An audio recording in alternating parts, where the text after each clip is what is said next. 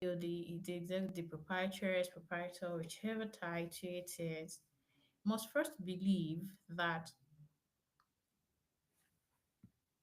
thriving for lasting impact is very essential and must prioritize strategic thinking, must put effort in building systems that scale, must empower the team, and must also take data driven decisions. That as much as possible, we shouldn't, as entrepreneurs, as business leaders, we shouldn't be we shouldn't take decisions based on just our emotion, how we feel. Okay, so it is important that our decisions are really working together with the reality that is existing, which is the data. All right, so thank you. And today we want to do, and today we're deep diving into value proposition canvas. Oh my God. Value proposition canvas. Um, okay.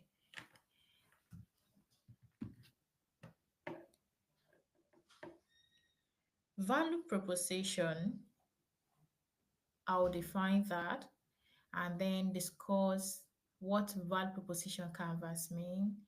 And we all will try to apply using VPCs.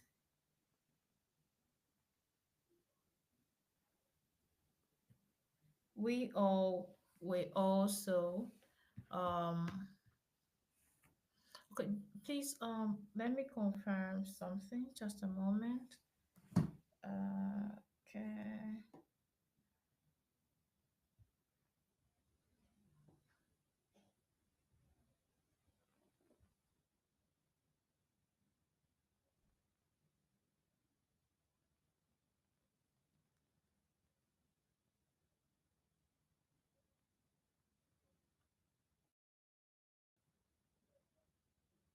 All right, beautiful. So for those who are trying to join us via YouTube, it's live. It's live. I can see it. I just decided to check and confirm from my device, my other device here.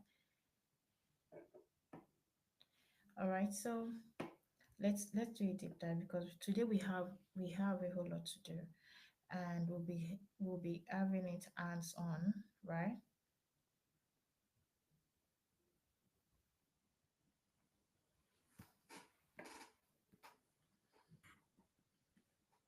Don't forget that the main lessons from yesterday, number one, is that as entrepreneurs, we should um, keep putting effort by thinking ahead. That's using proactive thinking, strategic thinking, by building systems that are scalable, that are sustainable, by empowering our team. That is, we not being a lone hero, right? By empowering our team to have shared responsibility, shared ownership, and also take data-driven decisions.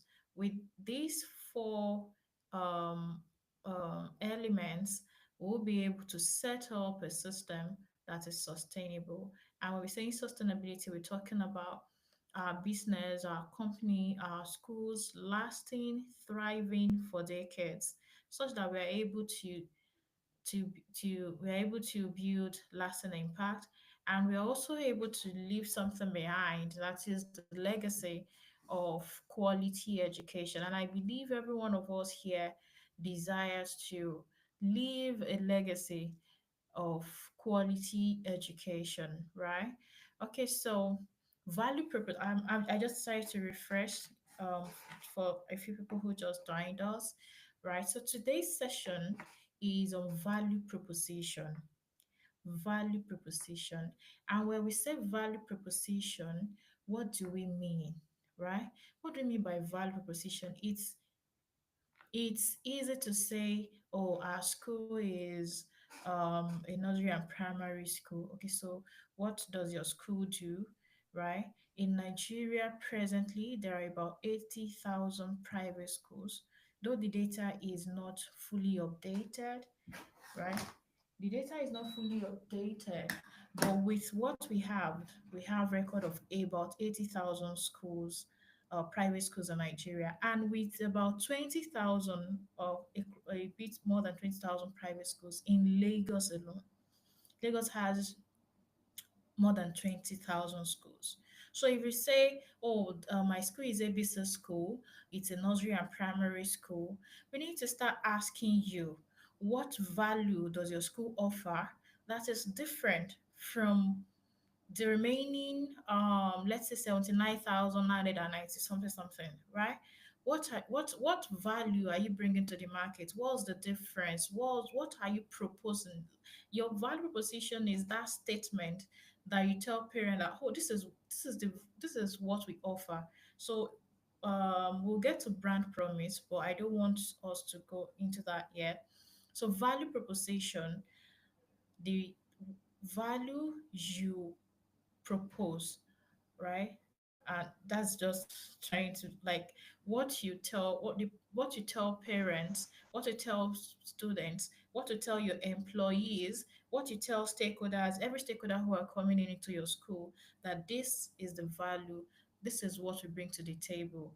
Of course, sometimes you can say, "Oh, our school is a faith-based school," but beyond the faith-based school, can you just give state, in discuss the element one, two, three values that, oh, maybe in terms of social lifestyle, maybe in terms of well-being, maybe in terms of emotional wellness, and all of those, what value is it? So today we want to help every participant on the call today to carve their value proposition, right? To carve the value proposition, and you'll see how we're going to run it, because you and this is why I said no two schools are the same. If you really know what you're doing, no two schools are the same, because something is different. The pain you're trying to solve may not be the same pain that the other business is solving, right? What customers are gaining from you may not be the same as what customers are gaining from the other places. I don't know if you have experienced a situation where a parent says, you know what, probably uh, we are relocating to a new location, but rather than move our kids now, we'll rather wait in this location till our kids are graduating from your school, because there is so value in your school that we can't get elsewhere. I hope you understand. So value proposition. And now when we say value proposition canvas, for value proposition canvas, it is a strategic thinking tool. Remember yesterday I said there are tons of strategic thinking tools. And as entrepreneurs, of course, I'm not saying we're going to use everything, but we must be able to pick out some, because some are really so essential that we just need to really do them, so that we are able to see what our business is. Okay, so today we want to use a strategic thinking tool called VPC, Value Proposition Canvas, right? So on your screen right now, um, okay, I'll show you how a value proposition canvas look. On your notepad, you can on your notepad I'll be asking some questions. We'll drill we'll have a kind of drill, right? So you just take notes of certain things. Just keep noting, jotting down. So later on, we'll allot a time for you to now look at the value proposition canvas itself, and to look at the value proposition canvas itself, and now carve out something for your school, right? You could submit to my email after the session for review. Yes, you could submit to my email. I'll share my email directly on the support group, so you're able to share your VPC with me, and we can review.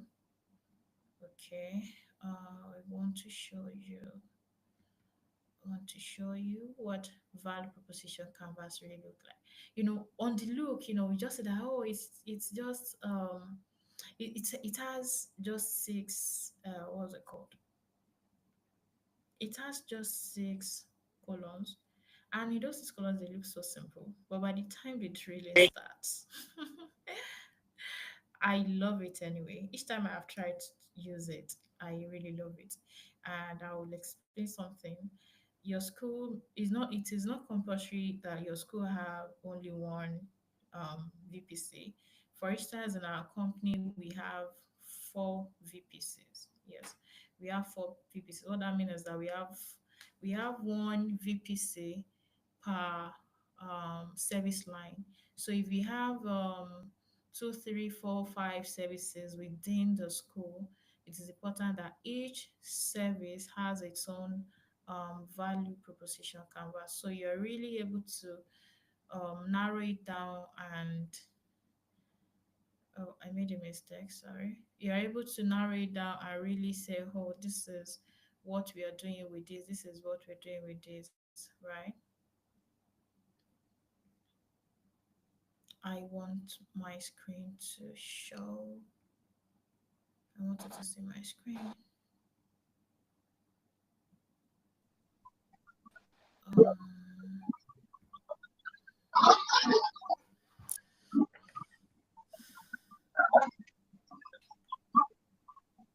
okay, yeah, you see it will pop up now.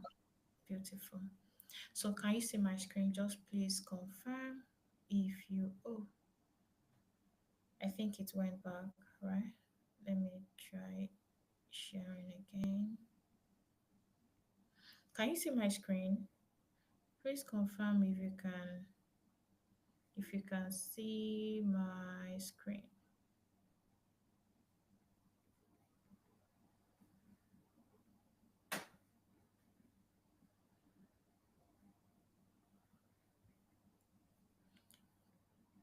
Please confirm. Can you see my screen? I think um something is okay.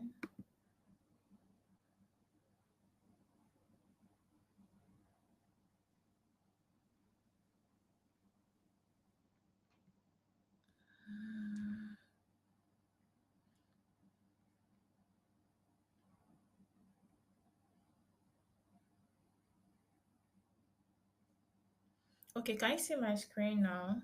Let me confirm from the team if my screen is off.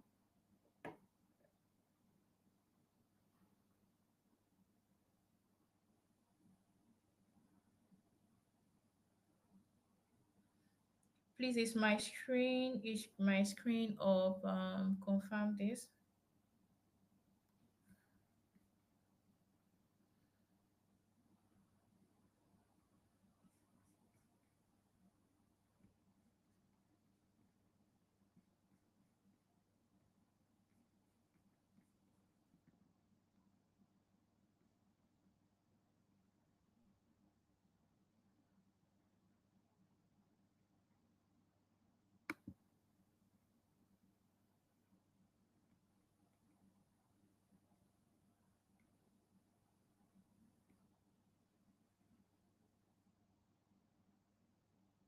Okay, you all can see it boldly, right? Because from my end, I really can't see it boldly, so I need to be sure. Yeah.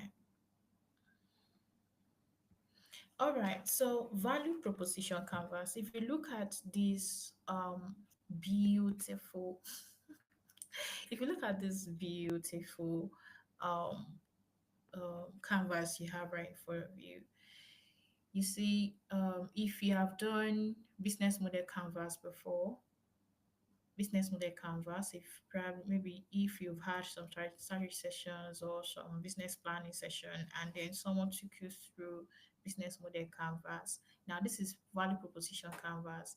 And with value proposition canvas, it makes it seamlessly easy for you to relate with your business model canvas. Business model canvas is called BMC. But look at what we have here, right? In this, the first thing first is we have to go to the customer, because when we are building a product, we are building for the customer. We are not building for ourselves. There are certain things we love that majority of the market may not love. We won't go into business because we love something, right? That is not enough reason. But we go into business when we see that, oh, there is a market gap, there is a gap in the market that needs to be filled, and we have that product or service to fill that gap. So there is an existing need. So if there is no need for any product or service, regardless of how beautiful or how loving it is, the patronage may be low, right? So we need to go to the customer first. And for this customer, we shouldn't, please feel free to think. Don't put your mind in a box like, oh, this is what you have always known, right? You need to really be open, because when this customer segment part is like, should I say the most important? Or is everything is important anyway, but that understanding the customer, what are the customers paying? Oh, sorry, there is a repetition of gain. One is supposed to be paying, the one here. Okay, so what is the customers paying, right? So let's go to the customer segment first.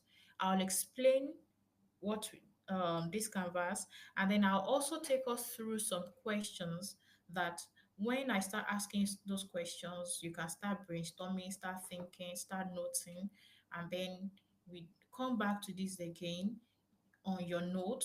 You draw this out and start working on your own canvas, which you can share with me after the session. I hope this is fine. So now let's start with this customer segment. When we have customer segment under here, who are your customers? Who are your customers? As a school, who are your customers? Like, who are you targeting? Which customers are you targeting? If your focus is to provide quality education but in the most affordable means, all right, and you want to target people who are probably low income earners, or they are daily earners, maybe they are traders or something, and probably they have low income, or they live in low income area, right? There is nothing wrong in having a low cost school. There is nothing wrong. The only thing that is wrong is either you have low cost, medium, or international school, and you are probably, either you're doing wrong targeting, or you are doing wrong tuition, wrong fee policy. Those are the things that are really wrong. But if you want to have a low cost school, it is fine. The society needs you, right? So I won't kill that dream, no. But what will only emphasize is that you do it in a way that it doesn't break you down, right? It helps you in a way that is sustainable, so that that impact you really want to have in the society, you're able to have it for long. You don't get broken on the neck and I call it quit. So look at this customer segment. Where are your customers? Are they in Lagos? Which part of Lagos? Right?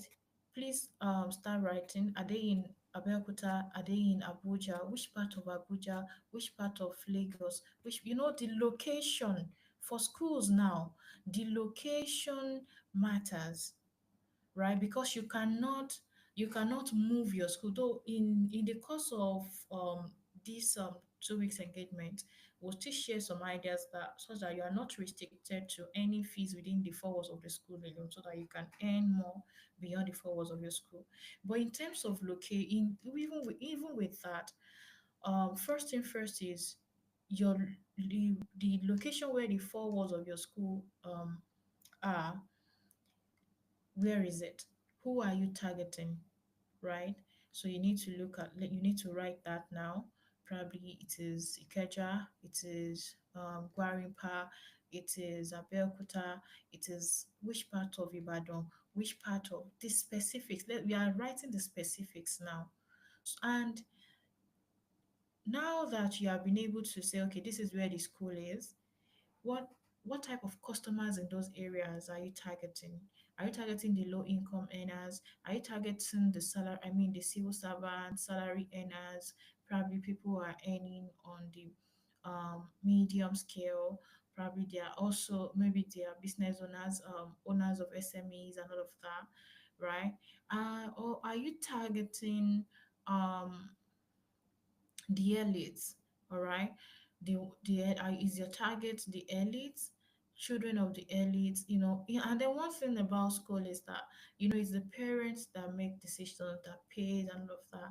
And in trying to talk about your customer, it's like you have two customers. So when we get to the pains, the gains and all of that, it's maybe tricky, but you must be able to weave it in a way that both it captures both the parents and the children.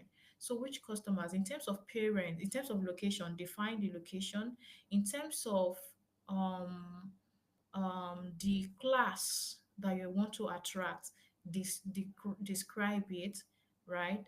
In terms of the kind of child, the kind of children you want to attract in the school, because yes, we talk about inclusion, that there are some, as much as possible, schools should practice inclusive culture, right? If you want to have that, what part of inclusivity can your school care for, right? What kind of special needs can your school care for? What kind of special needs can your school care for? Are they those difficulty in learning or something beyond that? If you're saying difficulty in learning, are you making provision for for children who are dyslexic, those who have dysgraphia, dyscalculia? Those ones are learning difficulty, and they are very common. And statistics is saying that in like one out of five kids have one of these conditions, right? So note the kind of in terms of customer now, note the kind of children that you want your school to attract. If it's a nursery, if it is a primary, if it is the secondary. Well, for secondary, so some schools are able to really define that, okay, for any child to be admitted into our school, the child must at least have. So can you write that metric, that your admission, what's it called, your admission policy, that we cannot go lesser than this, we cannot admit anyone who's lesser than this. So your customer, because when you list out who your customer is, you'll be able to know where to channel your effort, so that you are not just working hard every day, putting your effort in different places, and nothing is really, really coming up for you, right? So have you noted that? Location, the type of parents, okay, and also,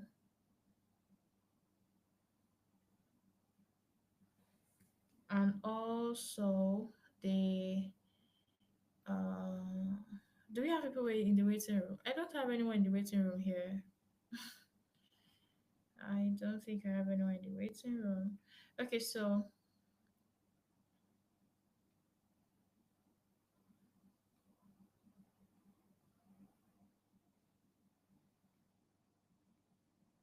okay, note the customer segment. Now let's go to this customer. Let's start with the customer's pain. The customer's pain, right? When we talk about customer's pain, Sorry, this sorry, madam. pain, people, what they want to pay for, like it's so painful. And when we say it's so painful, sometimes it may be safety. We are in the education sector, and there are parents, there are families who are very concerned about the safety of their children, and which is very important to everywhere, which should be very important. And we're talking about safety, we're talking about safeguarding. We're not just talking about emergencies. We're talking about how the school make the child feel. How does the child feel once he or she enters the school, right? What is that aura? What is the culture in the school? How does it make people feel, right? So you need to now start defining the kind of parents the kind of customers you've mentioned, when you were listing your location, the parent type, the children type. What are their pains? What are their pains, right? You now need to start looking at that. And to make this easy for everyone, I'll do it in three categories so that we are able to see how it works. Let's say the school is um, a faith-based school, or maybe a Muslim faith-based or a Christian faith-based school.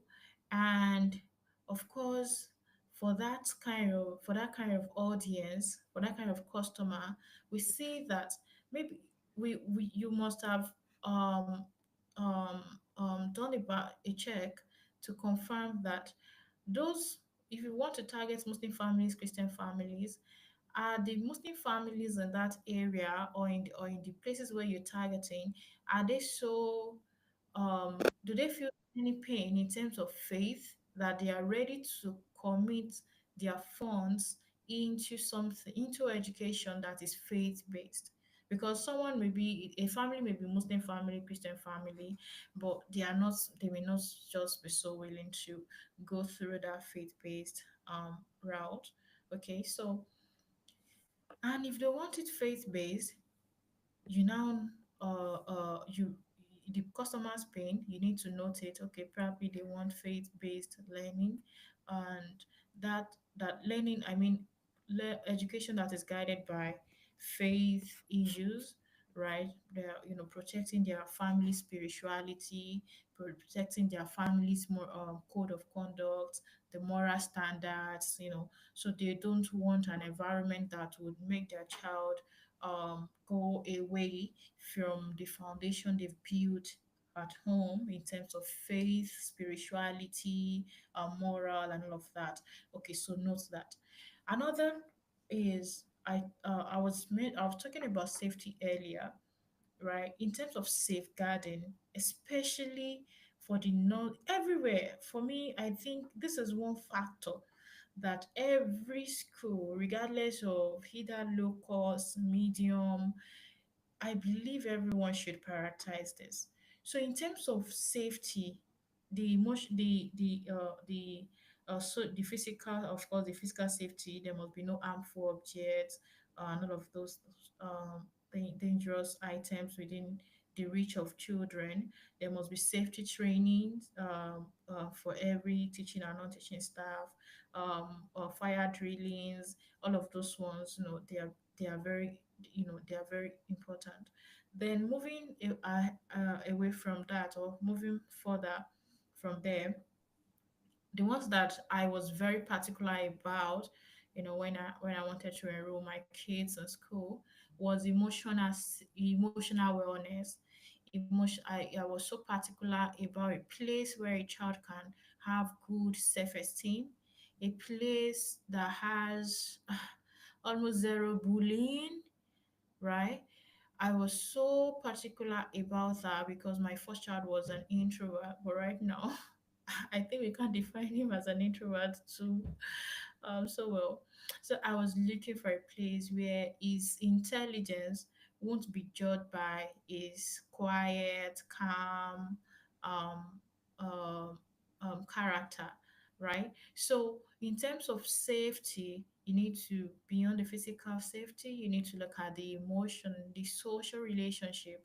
Is it a place where every language used on the school by teachers, non-teaching staff, the students, what type of language, how do they relate with each other?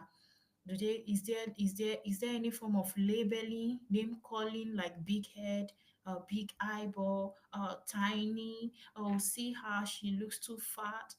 The- those statements, they may sound like they are not jokes, because when you describe each other as fatty Fatima, this and that, it may sound funny, but truth is, it will get to a point that it becomes hurtful, right? And then before you know it, you've discussed one day as Fatty Fatima, they may see another person as Slimmy, something, and before you know it, everyone just start to label the other person, name calling, and all of those things, and bullying creeps in.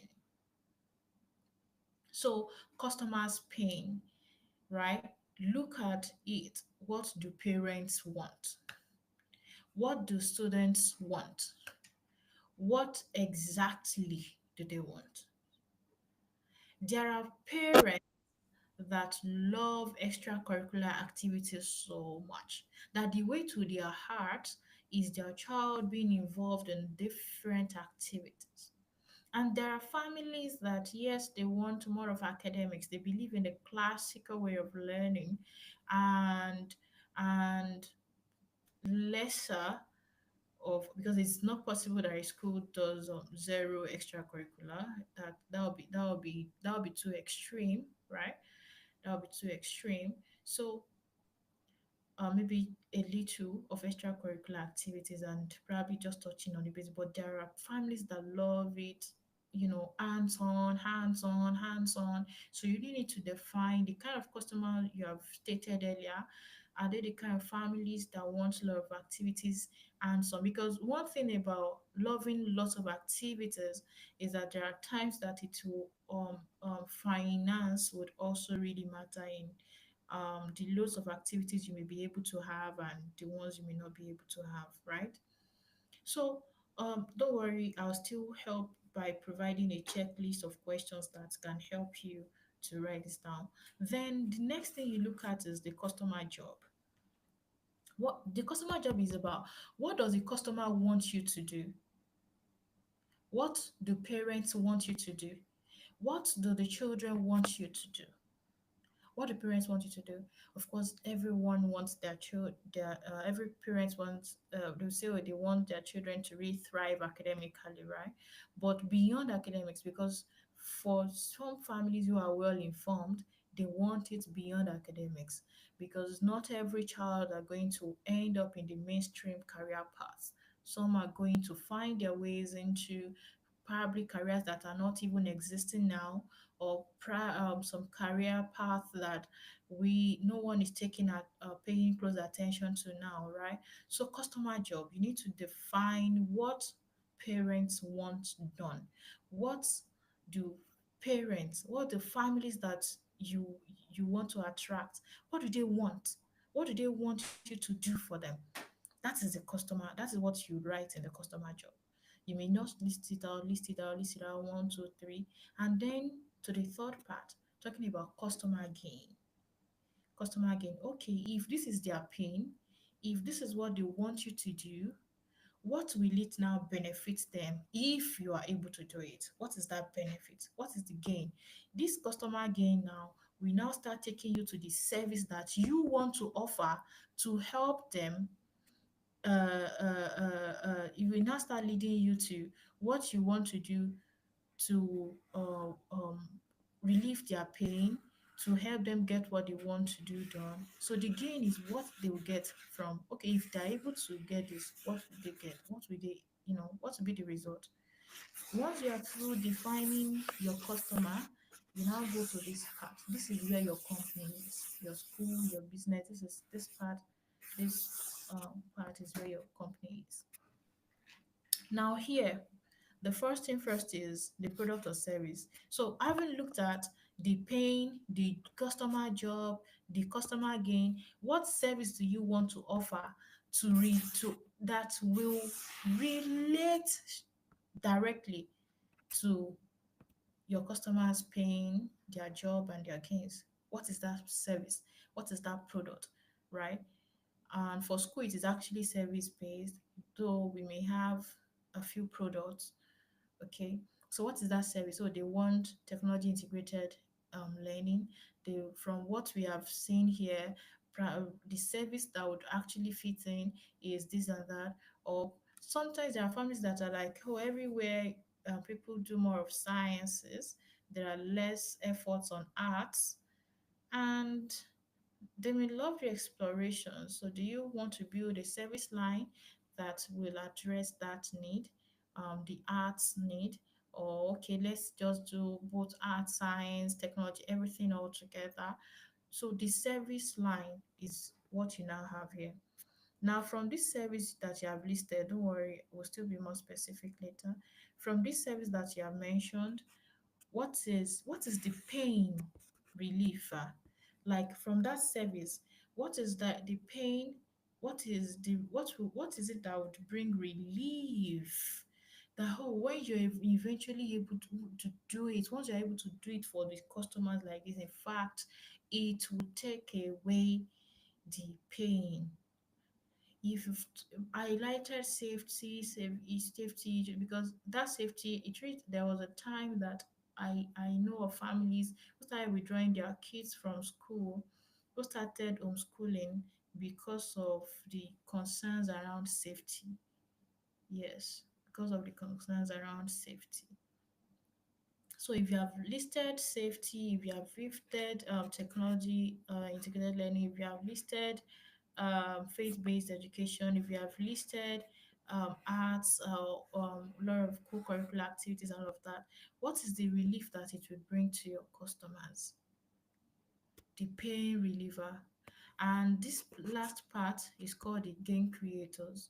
These gain creators is now like the top, um, is now like the extra icing on the cake. You know, they're already relieved, but that icing on the cake, that extra that you put into what you're doing, that customers are able to, you are able to retain customers and have referrals. That is the game creator. Okay, all said and done, we now top it with this. We now top it with this. So let me show you another screen.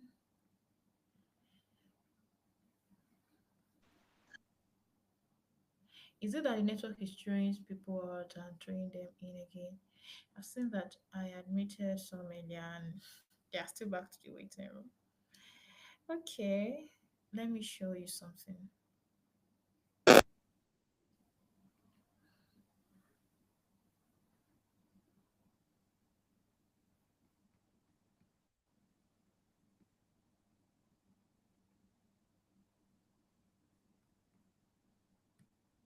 Let me stop sharing that and show you. Um,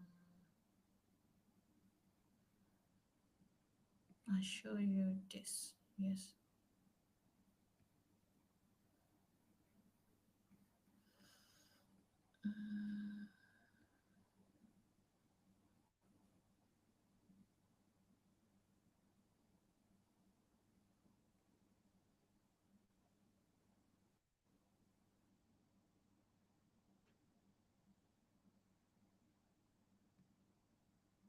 Mm.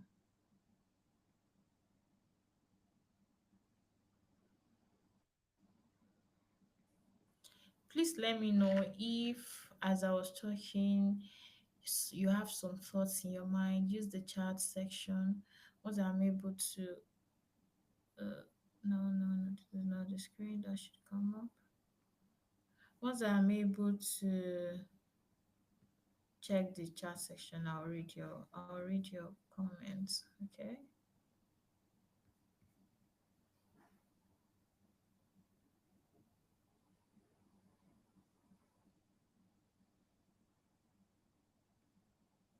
Mm,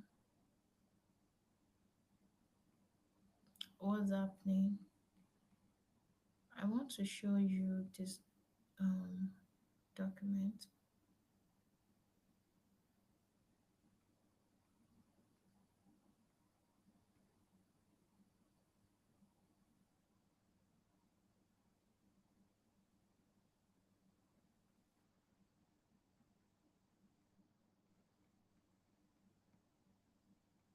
Okay, it should come up now. Beautiful, beautiful. So let me know if you're able to see. You're able to see. I think it's coming up.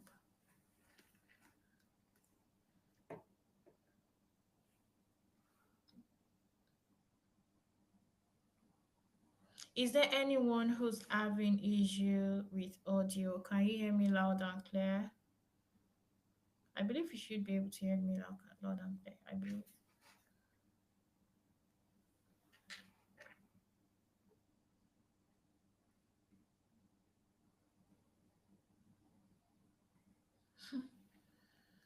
Okay.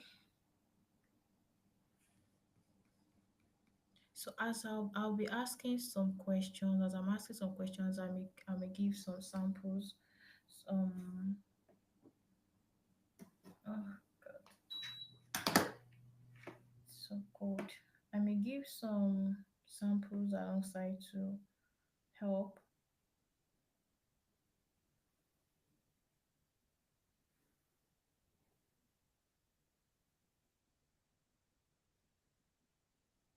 Please, if the network at your end keeps throwing you out, just join us on YouTube. So that way you'll be able to um be part of the sessions throughout. If you are on YouTube and you have some questions, you can drop it in the what's it called, the waiting room, so that I'll be able to read your questions. Okay, I'll take questions from there because if you're on YouTube right now, I may not be able to view your questions. So use be stay on YouTube. Please, Josephine and Star, can communicate that if your network connection is not strong enough or keeps throwing you out, use connect with us on YouTube. Send your questions to the WhatsApp community, so I'll be able to see it. All right, so let's move on. The customer profile earlier, I mentioned that your target audience, why it is a bit tricky for education is I used to even say you have three customers. Do you know how? You have the child, you have the mother, you have the father. Why I said you have mother and father is that sometimes the interests of the father and the mother may not be exactly the same, right? They may not be exactly the same. And for most families, the mother's interest overrules the father's interest for most, right? Probably because mothers are the ones who are closer to the children. So when looking at your customer profile, look at the interest, capture the interest of, make sure when you're writing parents, capture the interest of the father and the mother. Don't just put them in a box and think they are thinking alike. They are not thinking alike. The father may be more concerned about a school that the fees are within what he is able to pay easily, while the mother may be targeting a school that does loads of activities, and that comes with some extra cost, right? So you need to look at that while taking note of the customer profile. Okay, so customer jobs. What are parents or students trying to get done? What do they want? What do they want to get done? The first question here: why do parents choose your school over others or not? What are parents really hoping will change? This is the question I want you to pay attention to. This second one here. What are parents really hoping will change in their child's life by enrolling in a school like yours? There are times that a family may be having real challenge with managing their children's character. Probably, this is now the secondary school age now, the teenagers. A parent may really be looking out for a place where the child has a particular character, a particular habit that they want to shed off. They want a change in that habit. They've tried all they could, but it's probably not working yet. So they want an environment that will support their efforts in such ways that the child is able to change from that A to B. I remember years ago, someone wanted to enroll his child in a secondary school. So when he asked us for recommendations, listen to this question, listen to how he asked. He said he was looking for a Muslim faith-based school, that a boarding school that does not pamper children, where the child can do house chores, right? You know, it's not, in fact, in most boarding schools, students don't do the chores, you know, the helpers, the carers, they do it. So he said the concern then was that the child, yes, was doing very well in academics. She loved to read, she loved to do all of those academic things, but it's anything house chore. That it was real stress getting her to do a few things within the house.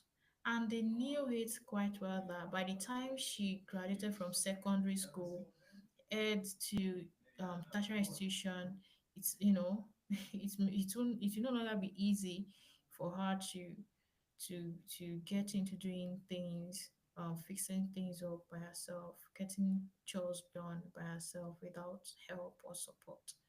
So they were, and truth is, at that time, there was a particular school that was its own, that was the school's unique selling point. Academics, yes, they will do well. Faith, they will do well. But in terms of, more, I don't want to say moral alone now. In terms of making the boarding house feel like a home and nurturing them like their father and the mother would, right? So when they checked about three schools and they said, this is the perfect one that meets what this child actually wants. Yes, he will struggle in the first, maybe in the 1, 2 terms, trying to adjust to the routine. But by the time she masters it, that they wanted her to master that trait. So parents want something to change. There are times that a child may be addicted to certain things. It may be, in fact, it may even be sexual addiction, it may be phone addiction, it may be, so I'm talking about teenagers now, and parents want that change. They want an environment that has a school environment that has enabling environment that will help that child to change. And when I say enabling environments, it means they have the policies, they have the processes, they have the monitoring to ensure that no child does that thing. If a school says, oh, no phone, we don't want a smartphone in the school, and then learners bring phone into the school, nothing happens. That's like bring it in. Even if they like, let them paste it all around the walls of the school. They do not bring in any smartphone or this and that and that and that. And if learners bring it to the school, nothing happen, no penalty, no seizing of the device, no summoning the parents, nothing happens. And from one child it gets to 10, and before you know it, the whole class have smartphone. Meanwhile, the school says no phone. So if a particular parent want a change in their child's life around phone addiction, you definitely know that that kind of environment is not the right place, because they don't have an environment that would support that child to get out of that addiction. I hope this is clear. So parents are really hoping something will change. I mentioned earlier that let me just share with you something personal. My first child was an introvert, you know, he was very quiet and calm, but very intelligent, very reserved. He was picky about the kind of people he could relate with. So then I needed an environment for him where he would feel loved, where he would really come out of not wanting, because that time, even if if somebody greeted him, he may not answer. He may just ignore, just look at the person and decide not to answer, right? I needed a place that can help him build positive self-esteem. And if because I believe that if he feels love enough and it will help his self-esteem, and he would be able to really trust people to an extent to relate with them. And that was what I looked out for, and I got it. And right now, he's all over the place. He can relate with people very fine and very well. So sometimes parents are not forget it. I'm not saying academics is not good. That is like the basic, right? The what we do with curriculum and learning, that is the basic. It is academic excellence. You must do it, you must get it, you must own it, it is must, right? It is on the basic. But in terms of character, in terms of some changes, there are certain values that parents are looking out for. And that is what will set your school apart. For instance, if you have a secondary school and you say in academic excellence, and that academic excellence is attained through examination malpractice. What is excellent about it? But when you are able to have an environment where there is no malpractice, you ensure that teachers teach effectively, you support each learner, and they earn it honorably. Yes, you can. That is a significant change in the life of the child. Do you know what something that have changed? Because in the process of doing that, the child will have built the spirit of hard work. The child will have built the spirit of, oh, if I want something, I need to work for it. So that habit that the child already cultivated on the way to that academic excellence is something that would help the child, thrive as an adult, right? So let's move on quickly. What are your students hoping to gain from being in the school beyond academics? Remember, I mentioned this. What are they really hoping to gain? Yes, make sure that academics, nothing tamper with academic excellence, but beyond it, what are the gains? Okay, expected. What emotional needs have explained? Do parents want to meet? Sometimes trust, security, pride, success. How do parents define success for their child? Right? How do parents define success for their child?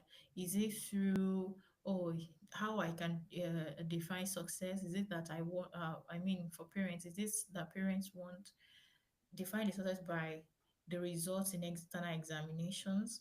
Do they define the success by it? So you need to look at how parents view success and how they want it in their child, and look at what you want to offer. Is it some, is there a way that they align? For some parents, what they want in terms of success, yes, they want academic excellence, they want the child to really have brilliant results in external examinations, they want all of that. But beyond that, they want the child to have habits that can put that the parents can go home, and they can be home and sleep in with peace of mind. In terms of character, in terms of even the faith base that we talk about, I usually emphasize that beyond the, it's a Christian Muslim, it's about faith is really about the heart, the conviction in the heart, that belief that yes, there may be challenges, but when there are challenges, I will stay on this path, I'll be steadfast, I'll seek help through the right means, you know. Those ones are very basic. So you need to look at how parents define success, and how do you want to develop services or products um, that is tailored to that definition. All right, so for customers' pain, I mentioned earlier what keeps them worried, what makes them really frustrated, probably when parents come for enrollment, or when you are doing data collection. Sorry, this thing is moving faster. When you're doing data collections, those complaints, oh, this this disappointment, these fears, this worry. So sometimes what parents often complain about in school, about schools in your area, what are the complaints? It doesn't mean that all the complaints are valid, right? Some complaints come out of place of misinformation, right? So what do parents complain about? What fears do parents have about their children's current or future education? What fears do they have? What fears? For instance, a parent who has the fear that, oh, if you do wuru wuru and then my child has um, distinctions in the exam, and then it's time for my child to move ahead, maybe with Cambridge A level or this and that, and the child is found empty or very low in academic performance. So it means that kind of parent does not want any magic. The parent wants real work done. So what are the fears? What are the fears? Where do you think your school is unintentionally stressing or disappointing parents? Right? What are those disappointments? Some real disappointment happen not for those extracurricular activities. Some parents, not like they don't want it, they love it, they want to pay for it. But if the school is not planning ahead, probably the school already issued the bill, and then come week one, week two into the term, they're requesting, oh, tomorrow bring potato. On your way on your way coming with potato, get eggs, get oil. You want to have a potato practical. The following days and that they said, okay, you know what, you pay 2,000 naira for so, and then you buy this, you buy that. Some parents don't like it. Whatever you want done, they want it to already be in the bill, such that once they pay, and then your academic calendar already communicates the day you're having potato day, the day you're having cooking, this and that, all of those activities. They already see the calendar or what the learning schedule is like. So they are informed ahead. So some parents don't like the last minute rush. You sending notification, yes, a previous day, that please, when coming to school tomorrow, bring table spread, bring this and that and that and that and that. You assuming that they have all of those items in the house. Meanwhile, there may be one or two that they may need to get from the supermarket, right? So those little disappointments, you need to take note of them so that you are able to you are able to develop your own service, your own product in a way that they would love, that would take away their pain and will be loving for them. So, are there specific things students feel are missing or difficult in their learning experience? You need to note that. Let me check if we have any message.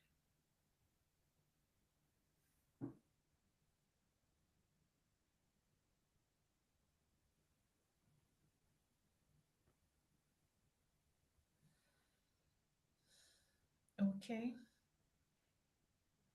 So, are there specific things? There are times that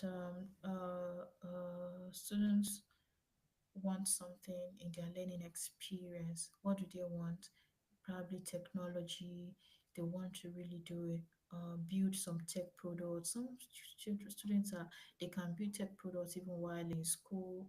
And all of, so you need to look at what is missing, what is challenging, what is the complaint, what is the fear, what is really stressing and disappointing them, and see how you can tailor the service into it. So what causes friction when parents engage with school, enrollment fees or communication? Okay, so gains. What would make a parent feel 100% confident in recommending your school? Oh yeah, this school, this is it. What is that value? What is that component? What is that scale or something that would make parents feel 100% confident in recommending your school? What is it? Okay, so if something can make parents feel 100% confident in recommending a school, it means if you do it, it will give you the delightful outcome that you want. So, what does an ideal day in your school look like from a parent's point of view? What would students say makes them excited about coming to school every day? Wow, what really this what are the wow moments your school has created in the past? Can you do them consistently? Is this some Can you replicate them over and over? What extra value could you deliver that competitors are not offering? So I want you to reflect critically. Don't worry, you'll have access to this. will share with you. I want you to reflect critically at these questions and write the answers. What makes students feel excited about coming to school every day?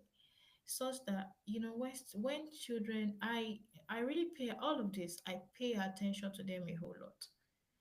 I really pay attention when a child says, when a child is willing to go to school. There is something, there is a way the child feels about the school. The child feels safe, the child feels loved, the child loves it. So that is why the child is looking forward, is eager, is excited about going to school. So you need to look at those questions. And write. Okay, I think I moved too fast. Now the value map. This is where this is all the other ones here about the customer, but to really get it right, you must first understand the customer. Value map. What does the school offer? What's the school offering now? What are the key academic and non-academic services your school provide?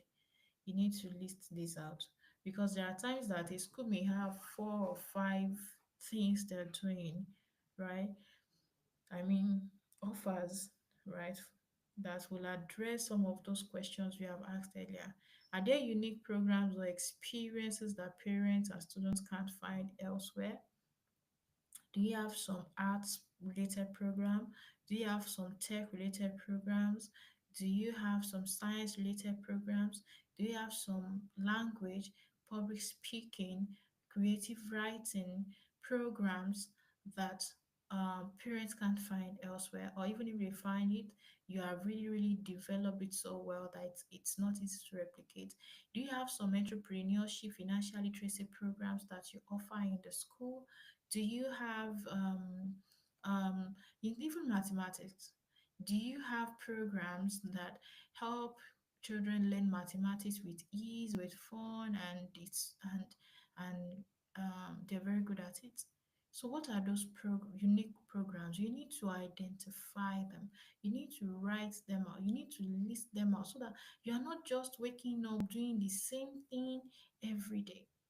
You are not limiting, as a private school, you are not limited to you are not limited to strictly offering the government curriculum alone. You can add some unique programs. You can add some, this is what we build experience. Remember yesterday I said who I am or what I am doing today. If I look at the traits that I have or the things that I do, they were skills I built when I was at the nursery and primary level, right? So what are those experiences that children, as they are growing into adult life, they can build and build and build upon it. Public speaking is very important.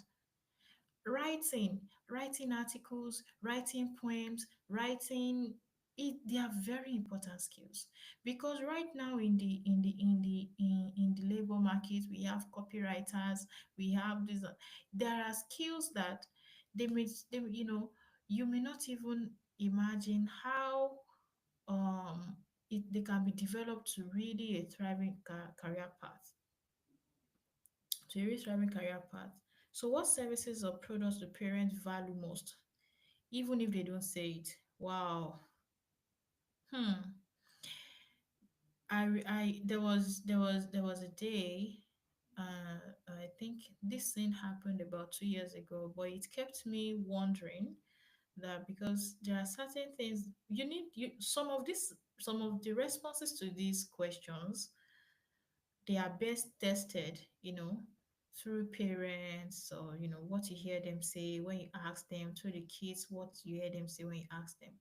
There was a particular day I went to drop my children in school, and quite unusual, about 5 cars parked. I mean, mothers, each of them, they've dropped their kids. They were supposed to start heading back home. They didn't head back home. They were just in front of the school, and they were chatting, they were talking. I was like, what's happening this morning? Because it's really a place where everybody just mind their business. Good morning, good morning. You drop your kids, you go, and then guess what they were talking about?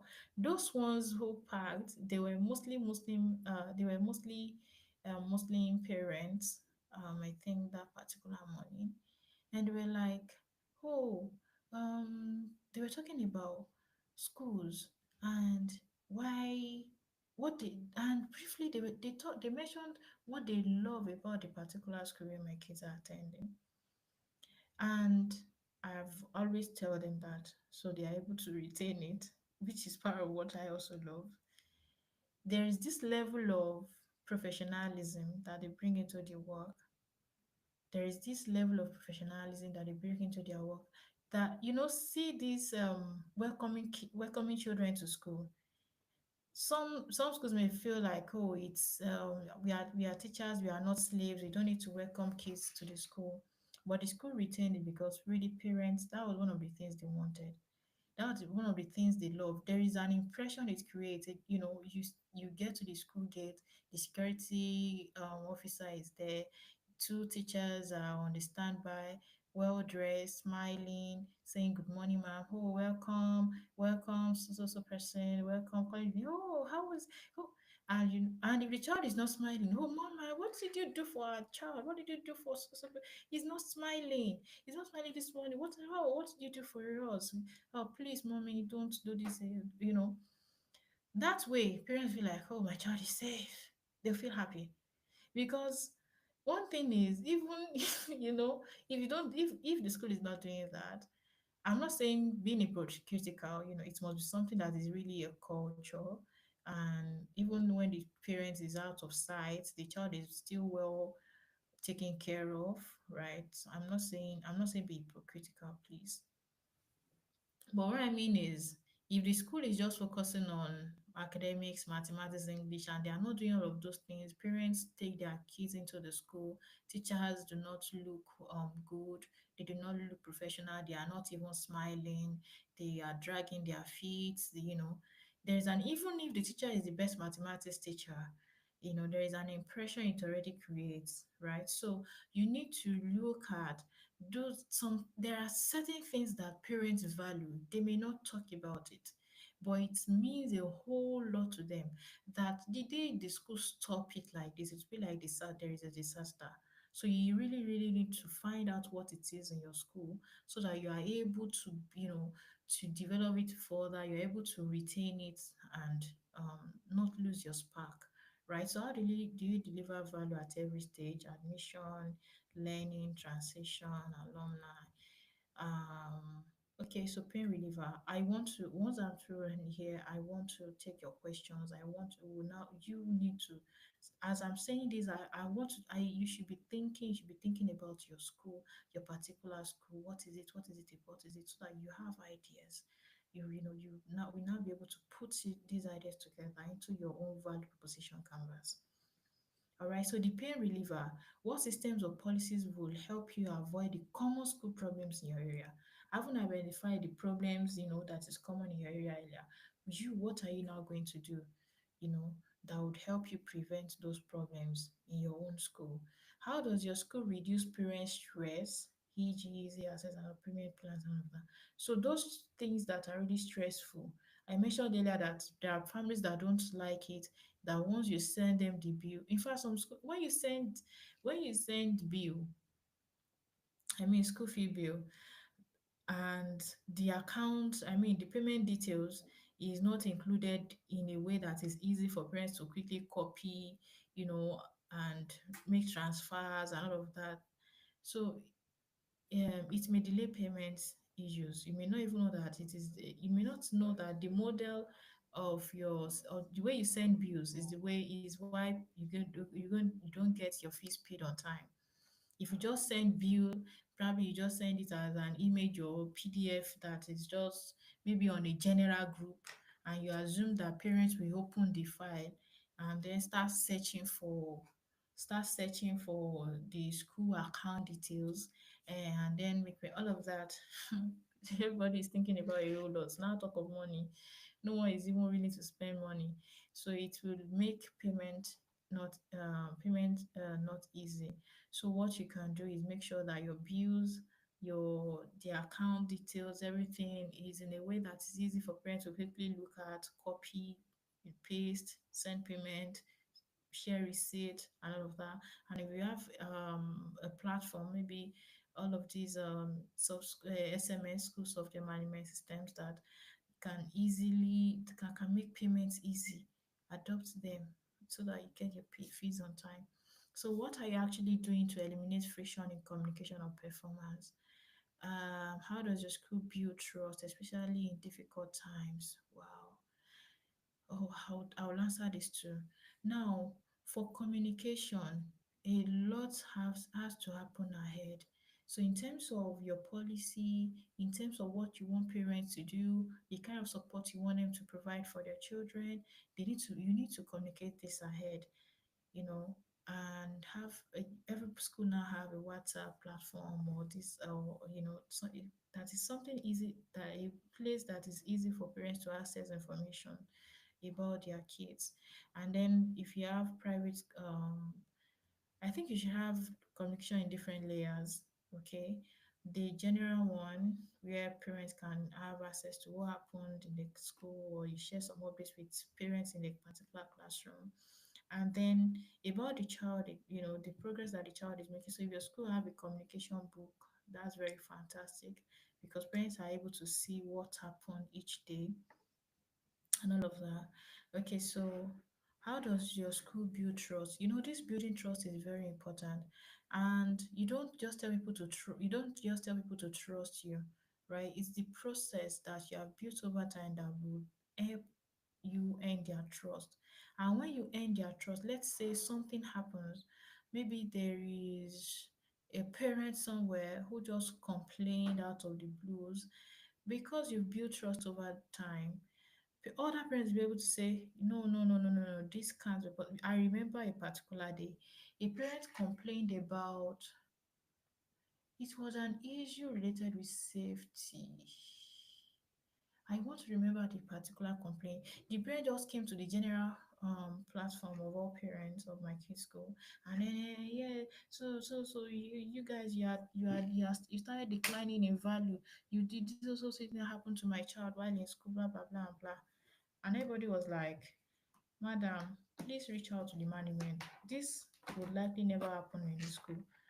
Like, ever since the school has a process to doing these things, I want to remember the particular issue.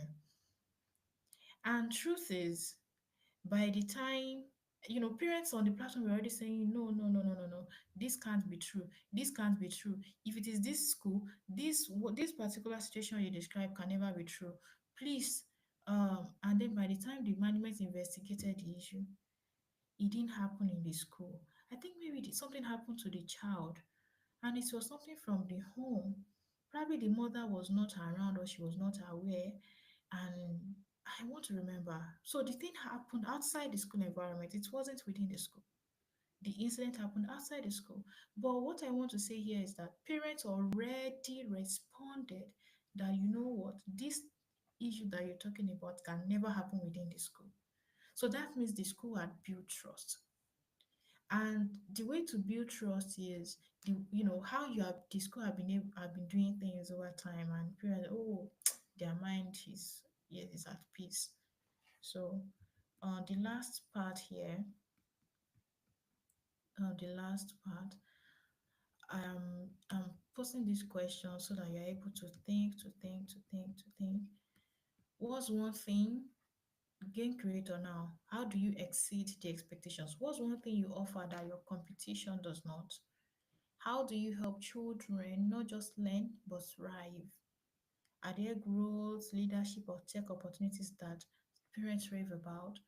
I mean, like, yes, you're doing tech programs, you're doing arts program, you're doing some programs, you're doing some creative writing programs.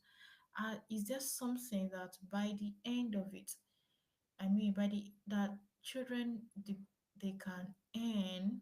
Is there an international certificate that, and there are lots of certificates, international certificates from Google, from this and that, that are helpful for teenagers that are in secondary school? Are there some international certificates? Are there some international affiliations? Are there, like, even creative writing? Is there a way that a school supports children to publish their stories?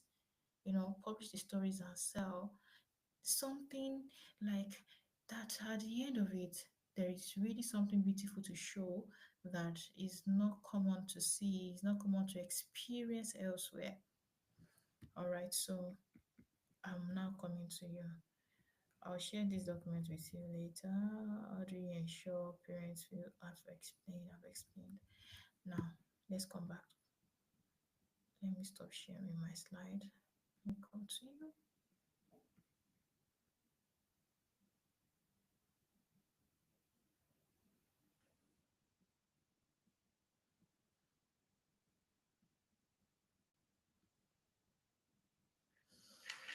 Okay, yeah.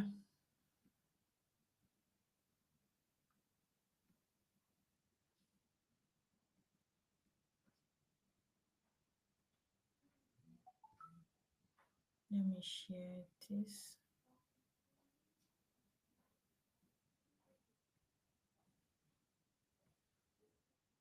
So now on your note, draw this. After this draft, you can, by the time you have a draft and you share with me and we do a review, you can now do a cardboard or a printout canvas that and use sticky notes, at each of this section. You can do this alongside your management team. This is why I said, I think I mentioned about a week ago that it's good you attend this program with your management team so that if there are some actions that you all need to take, you can do that together and it makes it easy. Makes it easy. Okay, so how let's get started. Vert position canvas. Write the name of your school. ABC school, 123 school, something something memorial school. So write it. Now comes first thing first, this circle, and now the column, customer pin. Please, this first part, sorry, this place that the smiley face is not smiling. Customers, customer pains, then customer job, then customer gain. Do you see the one down here? Customer gain, the one that the smile is like this.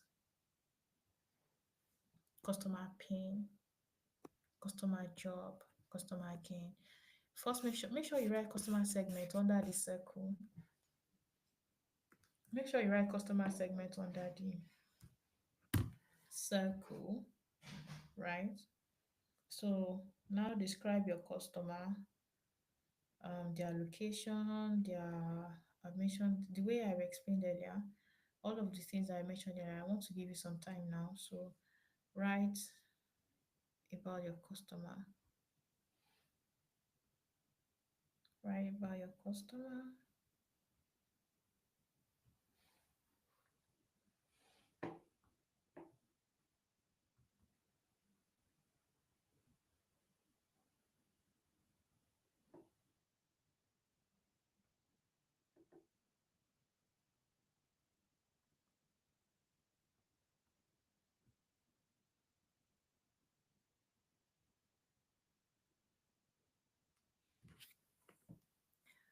Okay.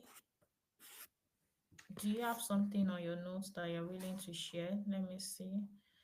If you're on YouTube and you have questions for us, just please drop your question in the WhatsApp community so I am able to see. Okay? Because right now I can't review. Let me even just check the YouTube to be sure. I think I can check.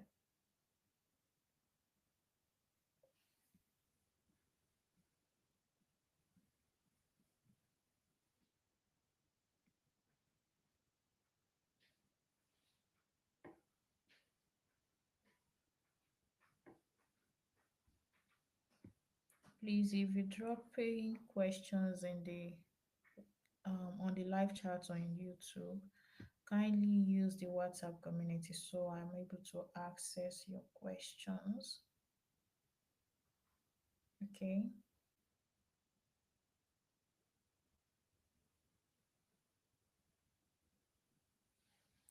If you're watching us on YouTube, use the WhatsApp community to send your questions. Okay, so now that you have written this part, that you have done your customer gain, customer pain, customer job, customer gain, now draw a line like this, join the line, now have this square. Okay, from the square, define the product and service, define write the product and service, gain creator, pain reliever. So if your school has, let's say, the regular school program where you do the academics morning till maybe the one you do from 8 a.m. till 2 p.m. or to 12. There are schools that do pure academics from 8 to like 11:30, from 11:30 to 12 break, they go on break, and from that 12 to 2 or to 3 till, they now have different activities, different programs that children explore within the school. So you need to know when which service address what. Okay, and there are schools that does regular school activity till 2 p.m., go for break, come back from 2:30 to 4 for another activity, maybe Arabia, maybe some remedial classes and all of those. So please, are we writing? Let me know it. Let me please indicate if you are doing this. If you are doing this, let me see you. If you're doing this, indicate either in the chat here, or either in the chat here or in the okay, either in the chat or in the WhatsApp community. I can't see anyone in the waiting room. I don't can't see. Please, Mrs. Okay, MIT Montessori ma, please. I think the network keeps throwing you out here, so you don't miss any of the session. Could you, if it throws you out again, because I'm even allowing you in, but it's not even coming, it's not even connecting. So please, use the chat section in case you're struggling with this, so you don't miss out. So indicate if you are preparing your value proposition canvas now. Indicate. I want to see the people that have reviewed their VPCs after now.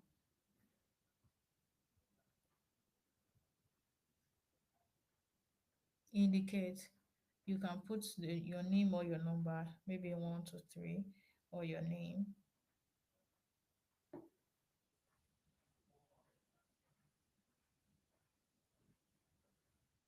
Okay. So the questions that you have, if there is anything you have challenge with, please communicate it now so I can address it on the call in case others may also benefit others.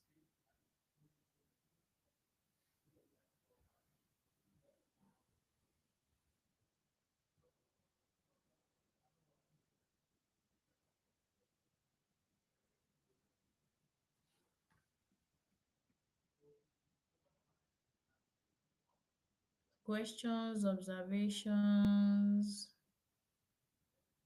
questions, observations.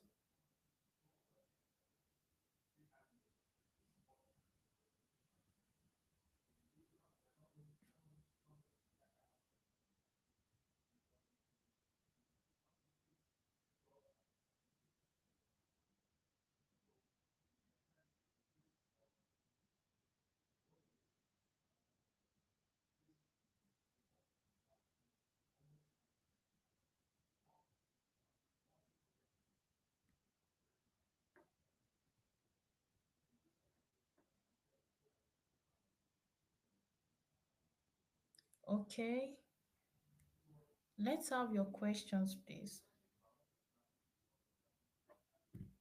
What do you need help with? So if you are writing your VPC now, indicate so that I can share my email address with you to send in to turn in your your draft so we can review together. So I can have a review. You can have a review.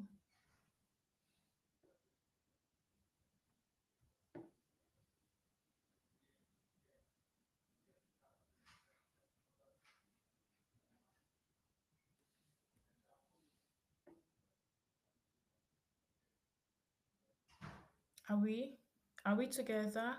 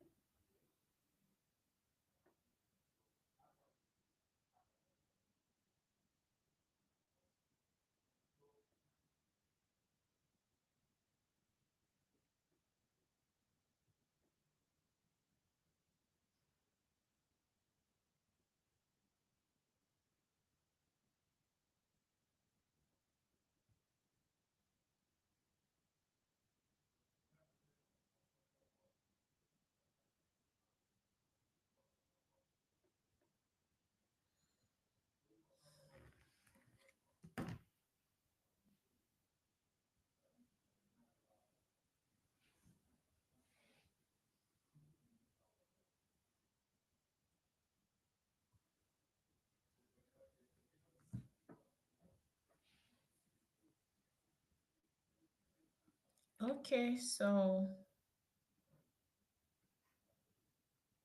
yeah, brilliant, brilliant, brilliant. Turn in your questions. If it's something you cannot share openly, I'm dropping my. Let me just drop it right now so you're able to see. Please run away. Oh, I mentioned. Okay, don't worry. Please, Josephine, attend to this last question here. This person, I saw her here that her network kept throwing her out, in, out, in, out. Please attend to it. Just click on the YouTube link shared in the group. You'll have access to everything we've done today. Every everything we've done today, either YouTube or Facebook. I think it's live on Facebook as well. So you can watch at your time. And then for the resources, ensure you share your email address with Josephine so she is able to compile all the slides, the templates, the questions, um, so you can use. And please, if you have a draft of your VPC, let me just quickly drop my email. Just send to my the company email, so I can review. For this program, we are willing to support as many schools as possible as we can take anyway. All right, so as many schools as we can take at the time. So feel free to um okay, so send your VPCs to Zainab at Growthmaster consult.com. Yeah. So thank you all for joining me for today. I'm waiting for your value proposition canvas uh, later today. So we're able to review.